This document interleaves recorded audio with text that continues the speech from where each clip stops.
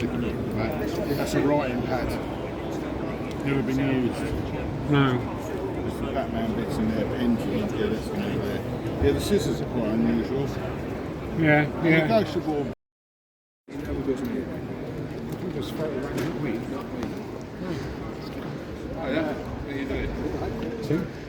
It's Cornet.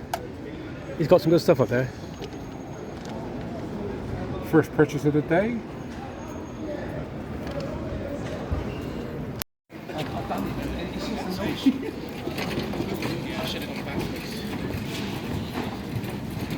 Slow down, Jane.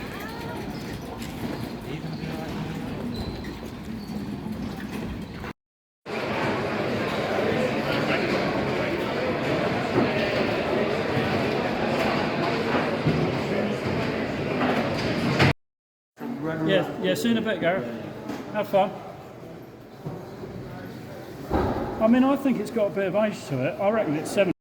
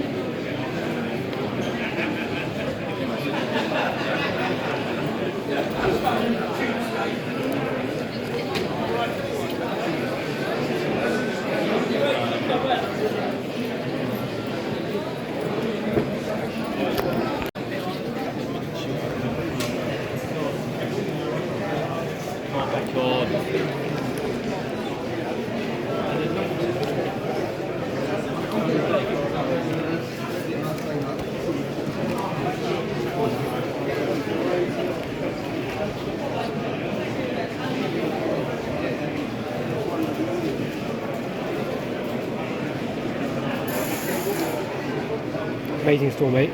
Yeah, all right, mate. How's it going so far? Yeah, not too bad. Yeah.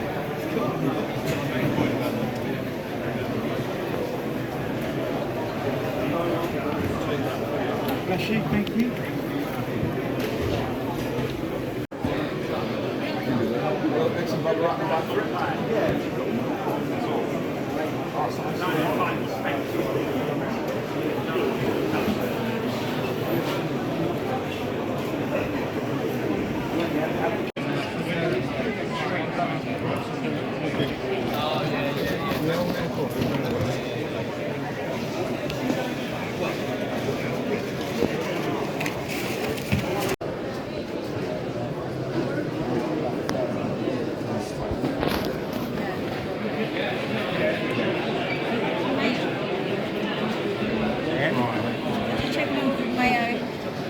I'm trying to see, there's not a price tag on Godzilla.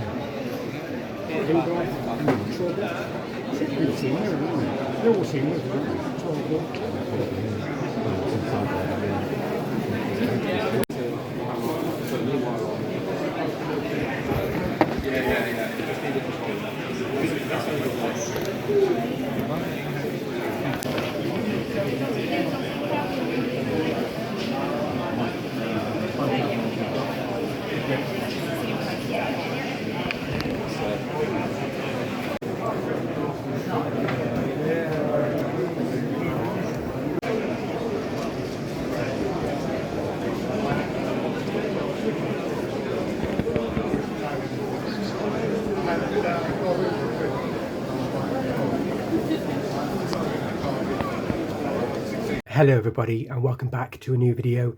As you just saw from the clips, we went to, me and my dad went to Sandown toy show to see what we could buy. Try and buy some cool bargains, try and buy something we've never seen before, and maybe just try and see if we can kind of see what the market was like at the time. The show was actually was very good. I don't think, some people said it wasn't as busy as it usually is. I usually see a lot of faces, like a lot of the YouTubers that people from Toy Division, but I didn't see any of them, which is a bit strange. But I didn't bring too much money to spend, but my dad did. So I was kind of running around trying to look for things for him to buy, really. But I did find some bargains, and so what I'm going to show you now is all the things I found and all the things he found. It'll be mixed up as I just pull stuff out the bag, but we got some really cool stuff.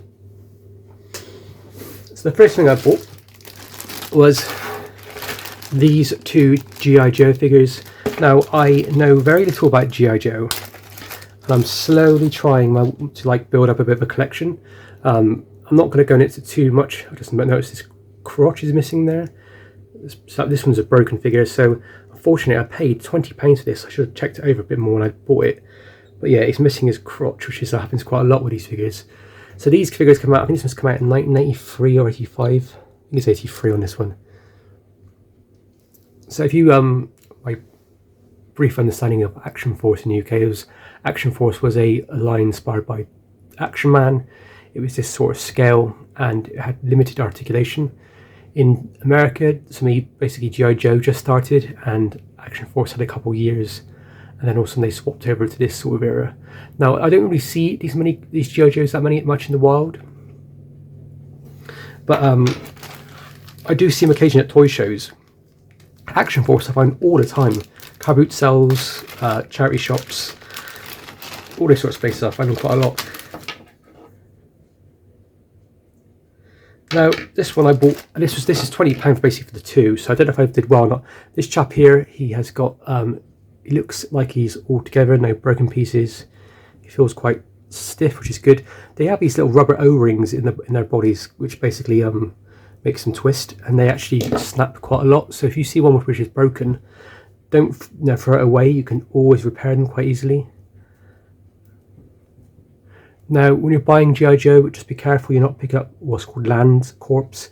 So, from my opinion, when I was a kid, G.I. Joe was like you just couldn't find them, and I didn't really know much about them, to be honest. I just thought they were like an American cartoon. But in the UK, there's a company, I think it's called Lands Corp or Land Corps, who made very similar figures. They're a little bit more crude, but they're still pretty cool, and they're still quite cool figures. If you collect them, I think they're quite cool. But just keep an eye out when you're looking at these things. You want to make sure that they're marked Hasbro. I'm trying to find the Hasbro mark on this gentleman here, which I cannot find for some reason. There it is. It's on his belt. That's quite an ingenious way of doing it.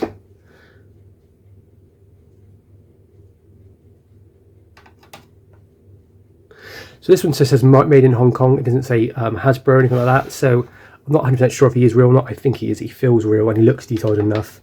It comes with this dog. I know there's ones that have dogs. This dog feels really modern though, in my opinion. So maybe it's like a different toy line or a modern G.I. Joe added. I need to do some more research. I think I shouldn't have paid that much for those guys. I was a bit like, maybe a bit silly. Maybe I should just have did a bit more research before I said yes, but I just wanted to get some G.I. Joe. That was my main thing to buy today. So next up, I went to a store that was selling comic books, and I'm really into comics at the moment. I've collected comics since I was a kid, really, like American comics, and I collected a few like Bean annuals and stuff like that when I was younger.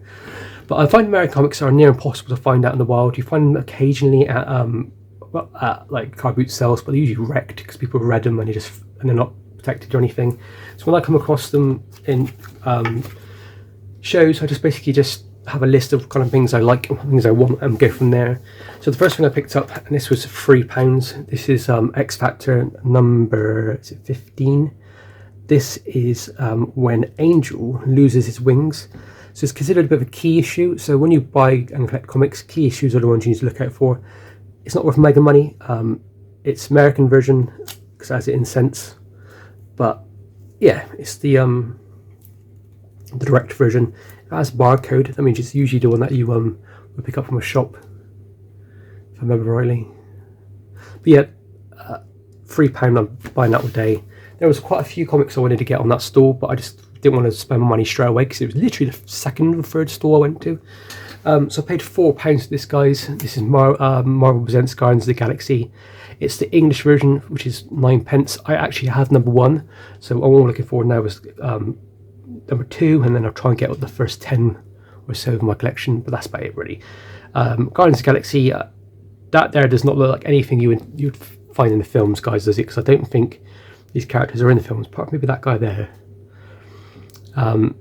The characters changed throughout the decades, and what we know now is the Guardians of the Galaxy from the movies. They've only really been around as a team, I think, for the last 15 years. But for, what was that, £7 for those two? That's good. That's good comics. 70s comics, and I think early 90s, late 80s comics are always good things to buy. And then on the next store, I come across this guy. Always sells good stuff. He always sells it reasonable priced, and he was up for a deal, which I was happy with. So I paid £35 for these two figures, guys. So this one here is General Custer. He's based on the real guy, General Custer. He is a, I think it's Mark's Johnny West, I think it's called, a character line. They're basically a bit like Action Man, but a solid plastic and with movable joints as well, like what you would usually find in most action figures. But yeah, pretty cool guy. He's missing quite a few bits, like his rifle and his hat, but you can find these quite a lot in job lots for quite cheap. I don't know how much he's worth because I paid £35 this figure and the next one, so I'm thinking in my head I paid about £10 for him. I think he's worth about 25 to 30. If he had all his outfit and everything, he'd be £50, £60. But unfortunately he's missing pieces, but I'm pretty sure I can find some. And then this chap, Mego Hulk. This is the 8-inch fit version. Now I actually find this one's quite a hard one to find. It's not the easiest out of all the figures to find, and I think the reason why is, I think this is why I prefer the larger version.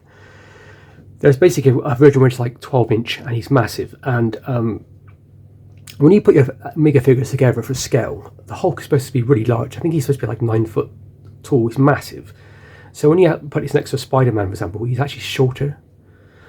So it makes no sense at all. It's like a baby Hulk. So yeah, I see these for sale a lot around about £45, £50 mark. So to get this for what I'm thinking is £25 is pretty good. It's a bit like, what's the word? His arms, the inside his body is like basically a cable, and it's like, feels like he's a bit twisted. But he's alright, generally speaking. He's got his trousers, which are quite hard to find because they usually come down quite a lot. But I think he's quite nice. I don't have him in my collection, so I'm not sure if I'll sell him straight away or might just keep him for a bit and then eventually sell him. But £35, I would have paid that for that Hulk, I think, all day long. He needs a bit of conditioning, like he needs a good clean and a good scrub. And I think you can get plastic polish, which gets rid of scratches and scuffs. As I was walking around, guys, I collect football cards and stuff. I saw this, I think I paid £10 for it. Most people are like, why did you pay that much for it? Because it's obviously just an old football album. And it's missing one or two players actually, but I've got loads of these spare stickers actually. The main reason I picked it up is, if I can show you, I think he's towards the... So you've got some obviously iconic players in here. The main reason why is because, there we go, the Man United team. There's Beckham, and that's Beckham's first ever Premier League Merlin sticker. He does have stickers from before this. He has a sticker from Match magazine, which came out the year before, but or maybe the year before that. But yeah, you got some cool Andy Cole, Roy Keane, Scholesy, Cantona, Giggs. Got the Neville brothers there, Pallister and Dennis Irwin, Paul Parker, Stevie Bruce. Yeah, and Lee Sharp in the top right of there. Brian McClare. That's like a legendary team, that is. Missing Peter Schmeichel, which I can try and find that sticker and I'll stick him in.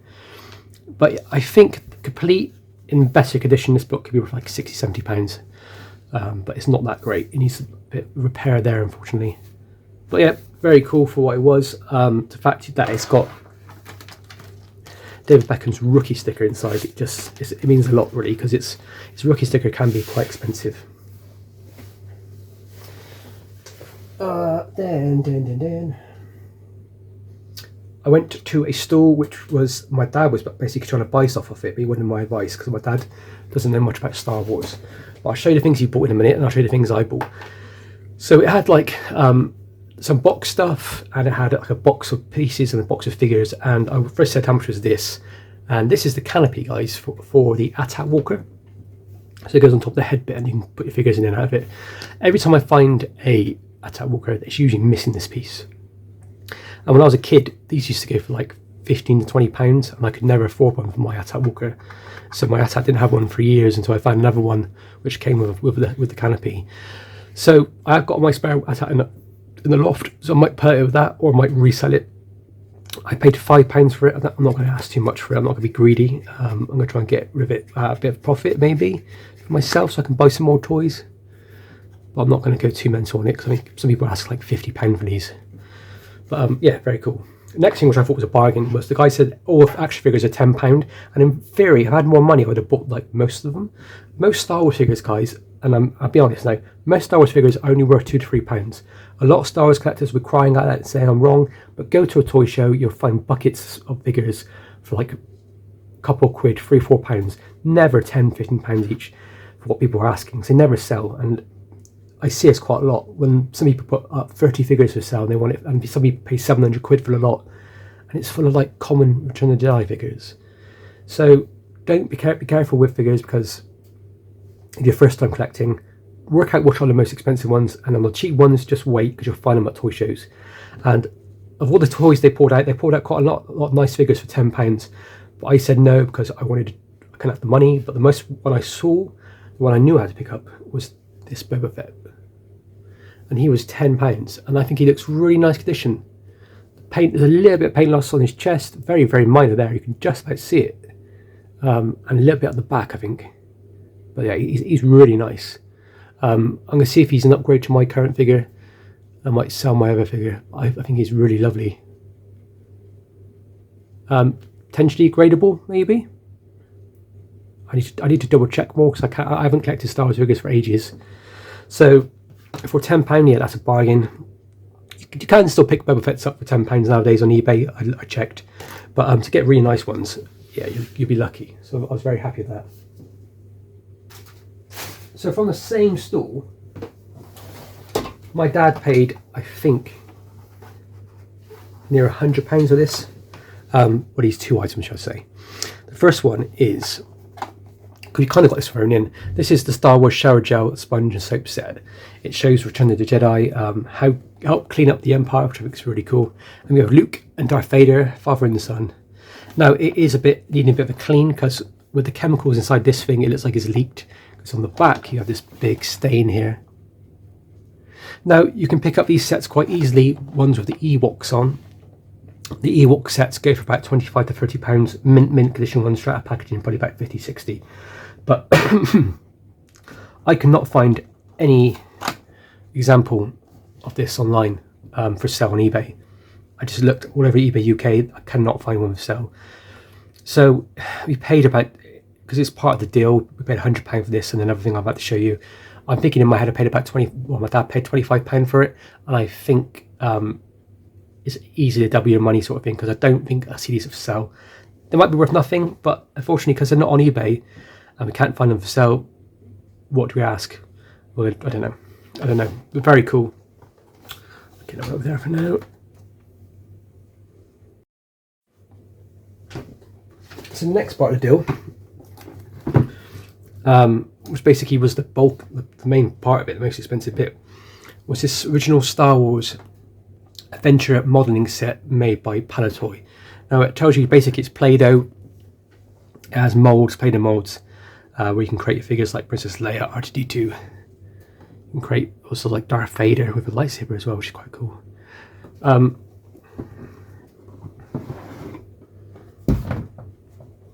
The box is in really, really nice condition.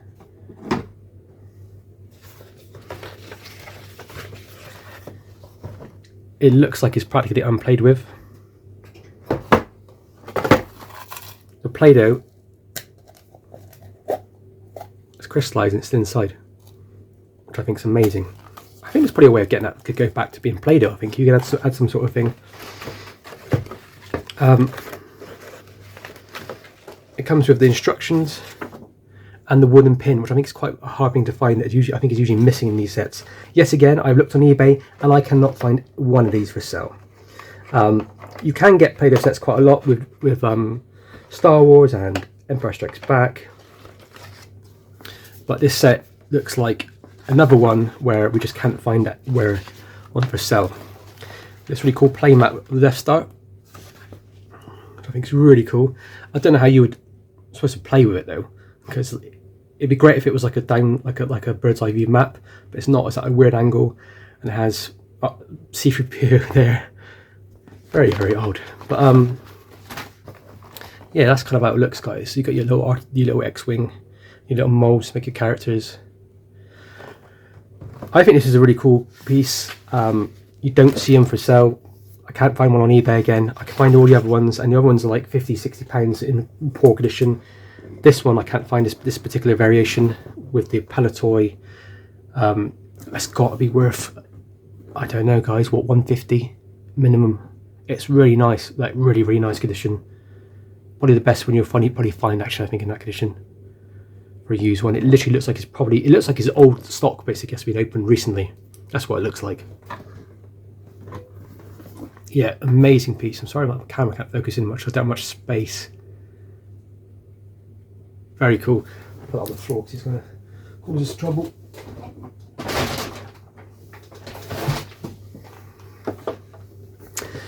So next, my dad went and bought this, which I think is missing its hat, maybe.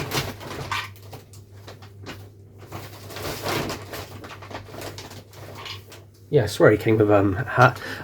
A bearded action man, got a bit of a problem there with his hair. Needs a reflock, or it's quite a basic reflock. You don't have to like, you can just do it yourself really. A bit of glue and a bit of flock in there, fix it. Basic figure, basic outfit, nothing special. Hands have hardened, which is usual with Action Man. He's probably what, from 1973, 74, that sort of period. He paid £50 I think for this and this, which I'm kind of jealous because it's one of the pieces I want in my collection for ages, but you'd never come up for sale in the UK that often. This is a Close Encounters Bendy Alien. It's a bendable. So bendable is like a toy line that basically, I don't know how, but there's so many bendable toy lines for like Star Wars. I remember when I was a kid, Star Wars figures weren't around. You couldn't get them anymore because the old ones are basically stopped selling. And for a time being, before the Power of the Force 2 lot came around in the mid-90s, you couldn't get bendable Star Wars figures, and they were awful. But this is the Alien from Close Encounters. The packaging is splitting quite badly because it's so brittle. But yeah, $1.99 was how much it originally cost. Very hard thing to find. There's not much Close Encounters toys out on the market. But that was, yeah, I think you paid £50 for that and the actual Action Man. I think that's probably got to be worth £50 on its own all day long. I've seen better condition ones, people are asking 100, so yeah, that's not bad at all. And then on one stall, my mate in work talks a lot about how much he loves this person, and I think he's doing it. I thought he was doing it in a kind of like an ironic way, but I think he maybe does actually. I think he actually is in love with this person. And so when I saw this, I had to buy it. It's probably the only toy-ish on the market that you could get of this person. So when I saw it, I had to basically pick it up. And that's a Margaret Thatcher, and she is a nutcracker. I'm gonna take it to the office. You'll love it. You go in the office for a bit of a laugh. Yeah, Margaret Thatcher. I see it at toy shows quite a lot, and I'm always like, oh, that'd be so funny to pick up for him. And do you know what? I bit the bullet and did it. From that same person, I did get something a bit different. I got some football cards. So these are authentic Topps trading cards from 2011, 2012. They come in packets. I think each packet, you get the whole set in here basically. So there's no kind of you don't have to like collect them all. They're just all in there, and I don't have a clue who's in there. 2011 and 2012 could be bloody anybody. I don't really know much about that period of Premier League, because that's when I was like not watching it at all. Also came with this set of cards here, which I'm not going to open up on this channel. I'll open up on my card channel. Generally speaking, I don't pick up cards in this condition because they're so poor and they're not worth it. But actually, they're the orange packs, which I collect, and there's like 300 cards in this set or something. And so whenever I find them like this, I just pick them up, because I can't remember which cards I need, which ones I don't need. I need at least 60-70% of the set. And if you're a football fan or not, but this is Harry Redknapp when he played for West Ham back in the 60s. I think this is from 1970, 1969, 1970, or 70, 71 set. Somebody out there will know more. And then I got a load of Brazil World Cup stickers. Yes, again, it depends who's playing in this set for me to understand who they are. I don't really know many of these names as I look through them. I haven't probably looked through them yet. But I do have the album, and so I'll be filling in the ones I need and then sending off the ones I don't need.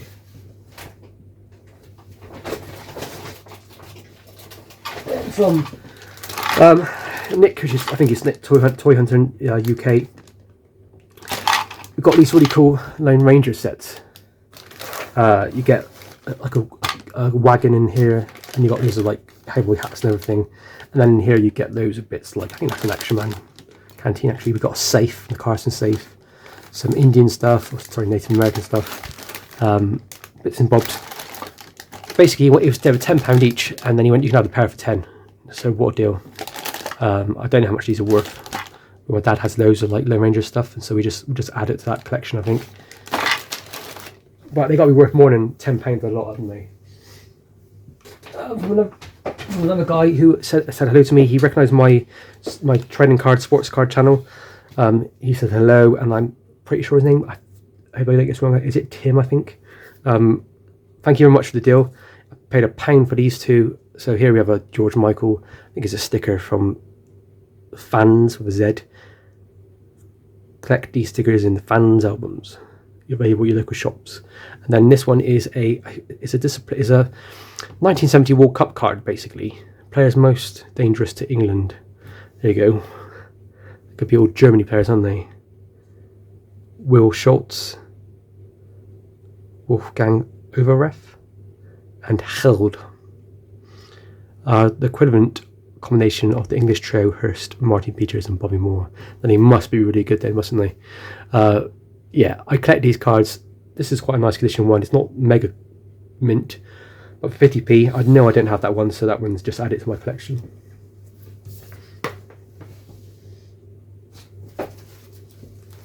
And then picked up some more comics. This was £3. I don't know why, but I knew somehow. I think I watch quite a lot of comic channels and people pick up comic books, and they all say pick some up if it's cheap. So for £3, I thought, why not? I think it's a first appearance of somebody, maybe Spot or something. But yeah, all comics are just so good, aren't they? Look at the old adverts.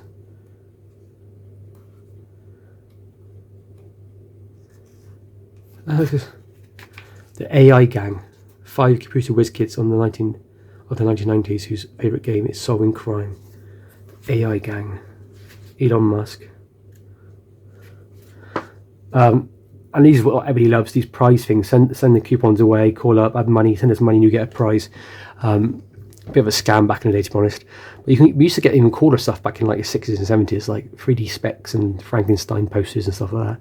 But this one, you've got tents, ice cream doll, camera, Polaroid camera, tent, radio controlled Porsche, calculator watch,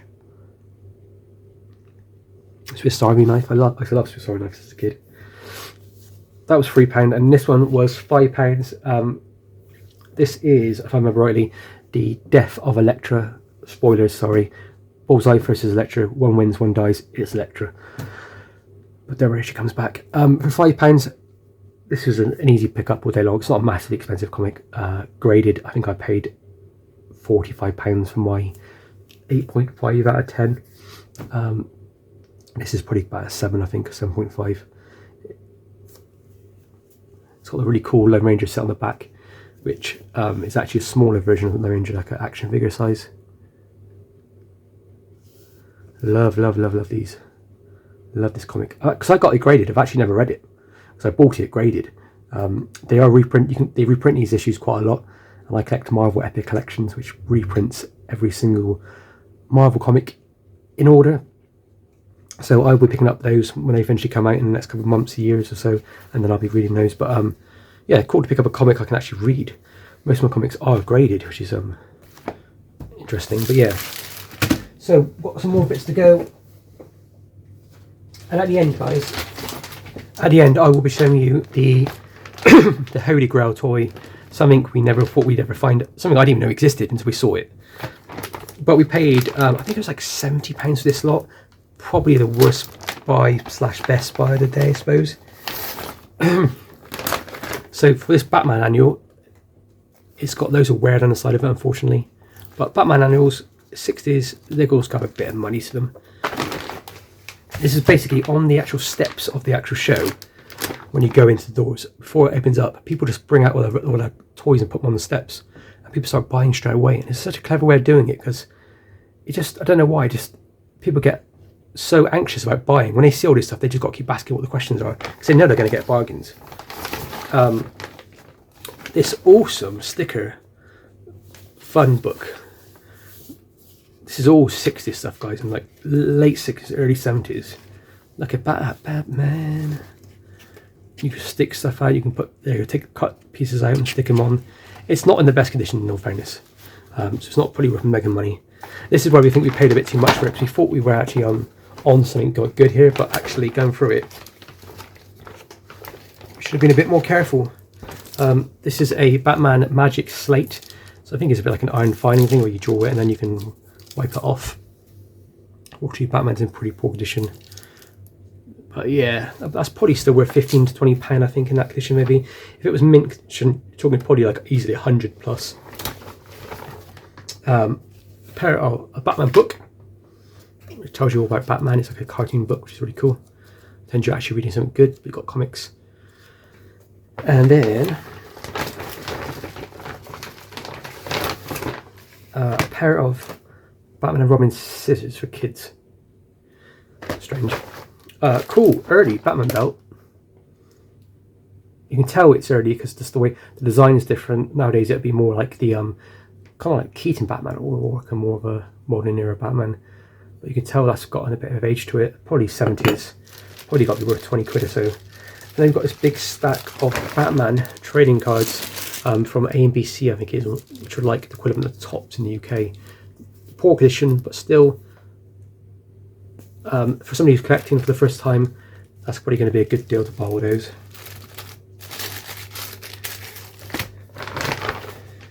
Right, now I need to show you the Holy Grail toy. Right, before I show you the Grail toy, I forgot something. We also got this really cool Ursel Smoking the Bandit trailer. Now, I remember having this as a kid, and I don't know why, because it was made up, I think maybe my uncle bought it or something, because it was popular at the time. But it's like a model kit. And I think Dad paid £30 for it. It's worth probably about 60, 70 at the most. But yeah, very cool. Needs a bit of a clean. There he is. But yeah, that was quite cheap. So quite cheap actually, if I thought for what it was. It doesn't need to clean it. It needs to be flattened out and make sure the cardboard looks good again.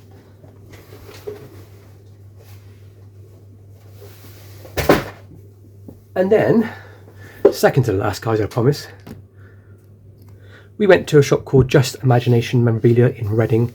It's a shop that appeared on Toy Hunter, the TV show in the States. It came over to the UK and then went to this place. So Dad didn't really know anything about it, but I knew about it, but I kind of forgot about it because I thought it was somewhere else. I didn't realise it was in Reading. It's filled with records and comic books, but a lot of stuff like 2000 AD, lots of Beano issues I found quite a lot. Amazing cabinet full of 1960s toys and like Batman stuff. Most of it's not for sale, which is really annoying because you look around and stuff is like sun faded, and it's sad really because it could have been a really cool place. The guy was really lovely though, absolutely lovely guy, and he had some amazing stuff in there. But it's just it's sad really because some of the comics that they had on display were like stuff in the 60s, like the first Silver Age appearance of Captain America and stuff like that, and they were like basically sun damaged because they'd just been left there forever and not ever looked after properly. Cool, because it's your own shop, I get it, but like, oh, sad for me because I'd love to buy that sort of stuff. But anyway, this was on sale. It was in the corner of the place. Basically, we just noticed it, and I said to Dad, "I think you should buy that." Because Dad had the money, and he got it. Basically, it was £20, but he got it for £18. This is a Beetlejuice bop bag. Yes, again, like most toys we buy for some reason, cannot find one for sale on eBay. Can't find a sold one. I don't know why all this stuff is just like near impossible to find on eBay. I think that's probably why that's a good thing, because we're finding things that people don't know exist. Bot bags are really cool. I remember having one as a kid. I think I had the Turtles as a kid. I think my brother might have had Batman. But yeah, they're quite fun. You don't know what they are. They're basically about the same size of a child. A child punches it, like that kid's doing, and it bounces, it falls back and comes back up again. So it's just a bit of fun really, a bot bag. Sand weight based, repair kit enclosed for indoor and outdoor fun. Yeah, I remember beating up the Turtles one. But yeah, cool thing, but where are you going to find one for sale? Do you know what I mean? And the Beetlejuice movie, I think, is in production right now, or it's back in production right now, and it's aimed to be released in the next 18 months. So yeah, Beetlejuice, I imagine, might have a bit of a rise in price. So to have something quite cool and unique, yeah, we're happy to pay that sort of price for that sort of stuff. And then the Holy Grail toy, the one toy that I suppose it was a Holy Grail toy, wasn't a Holy Grail until I saw it. We both saw it, and it was kind of, we were looking at a chap's store, and he had loads of like, I wouldn't say like 12-inch action figures, lots of those kind of Marvel and DC figures you find which are like really big. He had some Bratz dolls, and he had some robots at the top, and his robots at the top, one of them my dad had, I think he still has it actually. They're from the 60s. They're not the most expensive robots in the world to buy into. They're like £100 each sort of thing, 150, that sort of thing. We looked at a few things, and then we saw it, and I said, what is that? Is that what I think it is? Is that Godzilla? And yes, it's Godzilla. Now this toy is basically a lot of modern toys have a lot of modern toy lines have had a tin version of their one of their characters. You can buy Batman and Robin tin robots. You can buy Terminator and Predator tin robots, I think. I wouldn't be surprised if you can get Star Wars ones, and they're not worth much. They're worth £30-40 in mint condition in box, and they're not worth much. And I first thought this was something like that, but then on second glance I thought, is that Godzilla or is that like a dinosaur? And I noticed his mouth here was missing like the print, and I thought, yeah, it's missing something, isn't it? And then we looked at it, and the price tag was £400. So £400 is a hell of a lot of money, as you can imagine. But the chap said to us, it's missing the cable here and the controller. When you get the controller going, he will start walking around and he'll start roaring, and his mouth opens up, and supposedly this all lights up inside. So there's some kind of bulb or something in there which will spark and everything. Really, really cool. We love Godzilla. It's a very kind of iconic. As a kid, my dad would rent out VHS tapes for me. I remember on my birthday once of all Godzilla movies, Godzilla fighting King Kong and Mega Godzilla and that sort of stuff. So we do have a thing for Godzilla. I really love the Godzilla. I would love to own the Shogun Warrior Godzilla. That's my #1 toy of all time. My second #1 toy is the Combat Joe, which is basically like the Japanese version of G.I. Joe. Came out in the 80s, and there was a Godzilla outfit for G.I. Joe, which is crazy. Like the figure goes inside the outfit. Yeah, amazing. So yeah, £400. He's got a bit of wear. Like he's got a bit of wear here. He's got a bit of scratches on him. He's missing obviously the remote control bit, but the cable's still there. Will he still work? Who knows? The joints still work. So when you move his leg, his mouth still roars. He is what I like about Godzilla. He's a fat Godzilla. I like my Godzillas to be quite fat because they're quite iconic Godzilla that way. He is basically a dream piece to a lot of people. We looked up there and then, and generally speaking, when it comes to like this, like pricing and stuff, we are very careful with it. But I found one for sale on eBay working that sold for nearly £900 without the box. So if it doesn't have the box and it working is £900, how much more that doesn't work would be? Well, it still has to be worth something, right? So £400 was too much for us to pay. I get the guy was offering open to offers very much. So we basically said, look, we can't pay it. £250 with what we will pay for it, because £250 would mean that we could sell this back into the market if we know that we can't make much money on it. We're not always about making money, but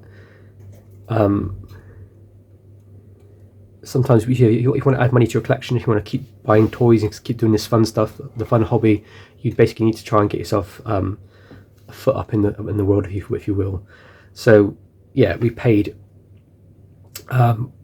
We asked $250. The guy said he wanted a bit more, and we said we paid $280 for it, because it's one of the things where he would walk away. And I think the problem is you trying to find somebody who will pay £400 for this. It's going to be quite hard at a toy show, because not many people have that much cash on them to spend, and when they do, they don't want to drop it on one item. They want to spend multiple items. Star Wars things like that would always sell for high prices, but this sort of stuff is a bit more unique, it's a bit more niche, so we had to be careful. So we paid $280 for it. Well, Dad did, I didn't. But it's a cool thing. It's one of the best things I've ever seen we bought. It looks a bit like a dinosaur. When we get one inside, he's definitely Godzilla. He's really cool. He just needs a bit of attention. I'm going to try and see if we can find somebody who can store these all types of toys. You can pull these things apart and then fix it, but we reckon we might be able to fix it anyway. So that was our Holy Grail toy, guys. Amazing thing. It's only a Holy Grail when we saw it. I just looked at my dad, I was like, I need this, and Dad was like straight away, yeah, I agree. He knew exactly what it was, and you can tell inside its mouth he's got like a little looks like a little lighter so that smoke can come out of it. You see at the back, so he does breathe fire, which is quite cool. Love this, absolutely love this. We just need to get it working now, so, and get him into better condition. He's not that too far off, in all fairness. He's probably a piece where somebody would just display it in their cabinet. He's not going to be a piece where it'll work, I don't think. We can try and best to get it to work, but who knows. It's from Japan. It's from the late 60s. It looks like it was sold by Ballmark Toys, I think it was called. They appear to be, I don't know, after very little research, a company that probably advertises towards a more English market. So who knows if this was ever over in the UK, but yeah, love it, absolutely love it. What a dream piece. As always, guys, thank you very much for watching. Leave a comment below which was your favourite pickup we did. The Godzilla is probably my favourite pickup. I do think the actual Play-Doh Star Wars set is amazing. I'm really, really chuffed with that. And a Boba Fett for 10 quid. Who can go wrong with that? So, yeah. I was going to put him in his mouth then, but maybe not. I don't want to scratch him. Thank you very much for watching, guys. As always, stay safe. Happy hunting. See you on the next video.